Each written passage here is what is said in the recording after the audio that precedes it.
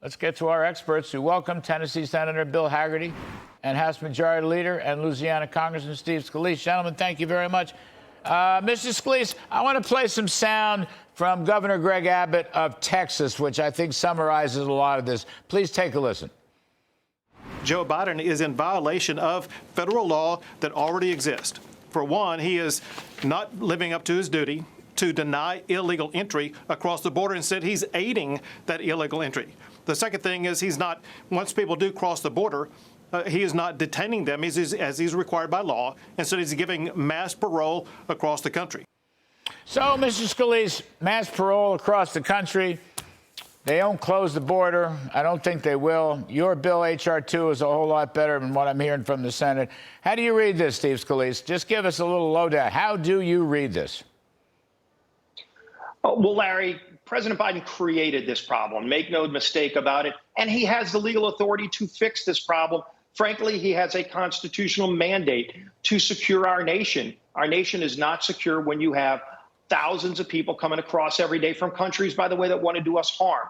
That's why we put together a really good bill over 6 months ago, H.R. 2, as you talked about, a bill that gets back to the things that you need to do to have real asylum. If you want to seek asylum, you need to stay in your home country, remain in Mexico, end catch and release. All the things that need to happen, build the wall, are in that bill, and the president doesn't want to negotiate on it. Speaker Johnson's been very clear.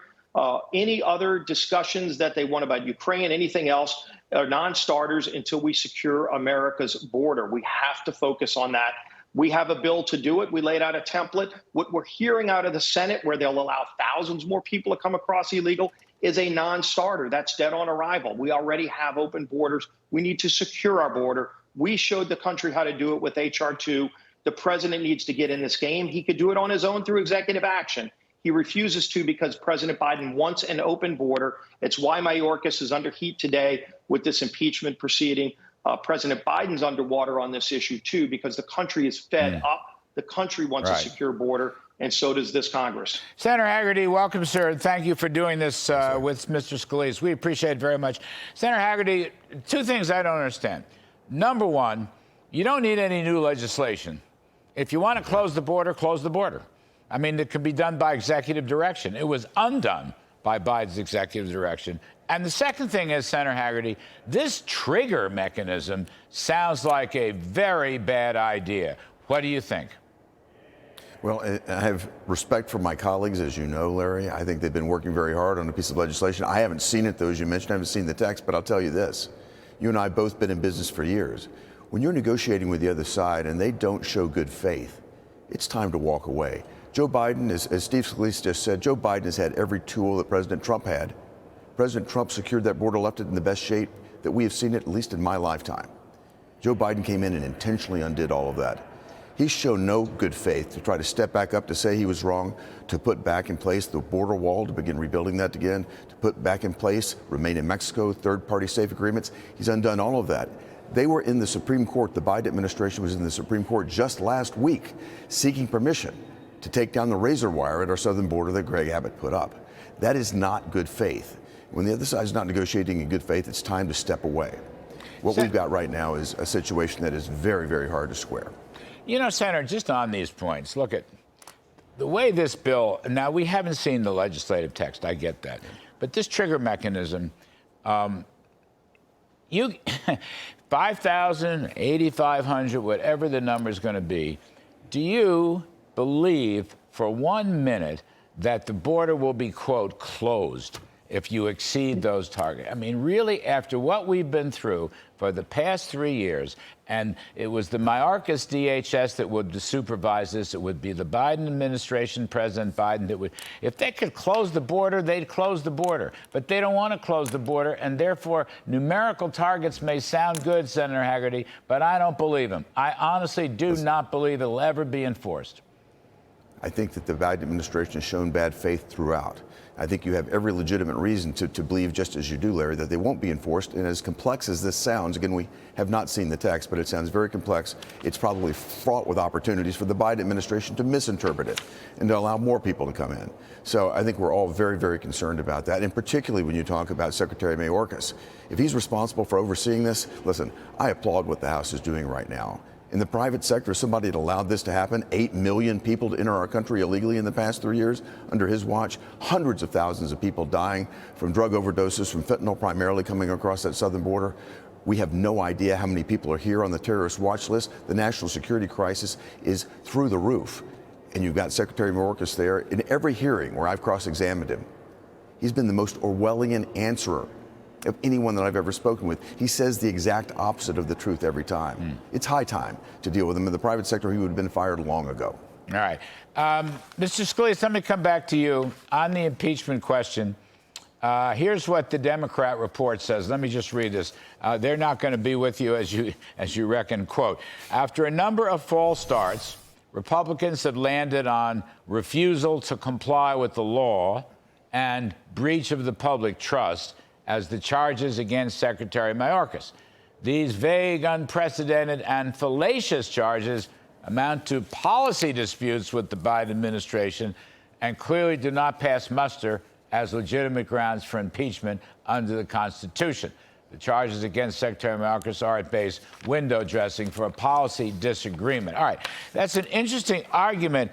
Is this a policy disagreement, or is this truly an impeachment offense, Mr. Scalise? Well, first of all, Secretary Mayorkas' job is to protect America's homeland. He's the Homeland Security Secretary.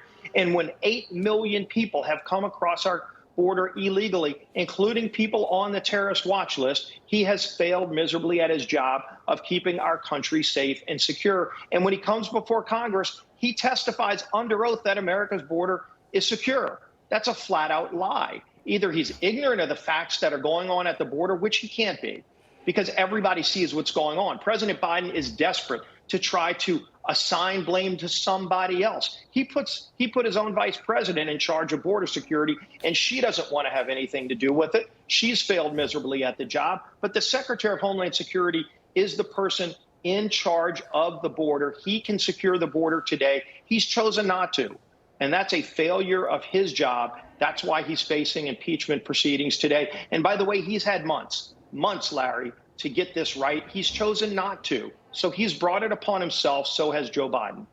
Steve Scalise, will this get out of committee today or tonight? Yes, it'll get out of committee tonight. It'll be on the floor next week for the full House to vote on. What do you reckon? You think you can get it through? You'll get all Republican support? I know it's a tough call, but what do you think? Yeah, and look, it's unfortunate we're at this spot, Larry, but the country is fed up. The country wants and deserves a secure border, and we've got a border security chief who doesn't want to secure America's border. We've got a president who doesn't want to secure America's border, but the country demands it. When you look at the events around the world, to allow people from every country, we're not talking about South and Central America right now. There's over 160 different countries represented coming across our border illegally as we speak right now, every single day.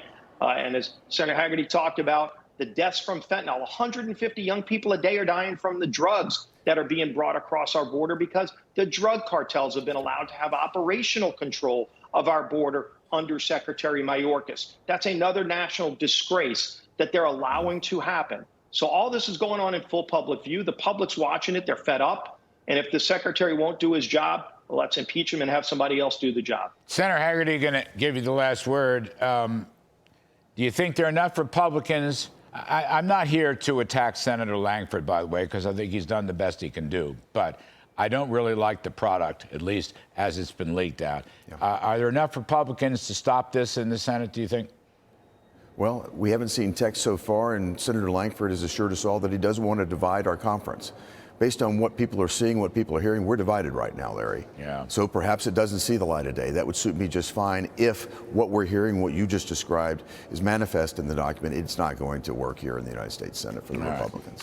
Gentlemen, I just want to thank you both for appearing together. I know it's a bit unusual, but we appreciate it. We're living unusual times. Senator Bill Hagerty and House Majority Leader Thank you, Steve Larry. Scalise, two good personal Thank you, friends. Majority Leader.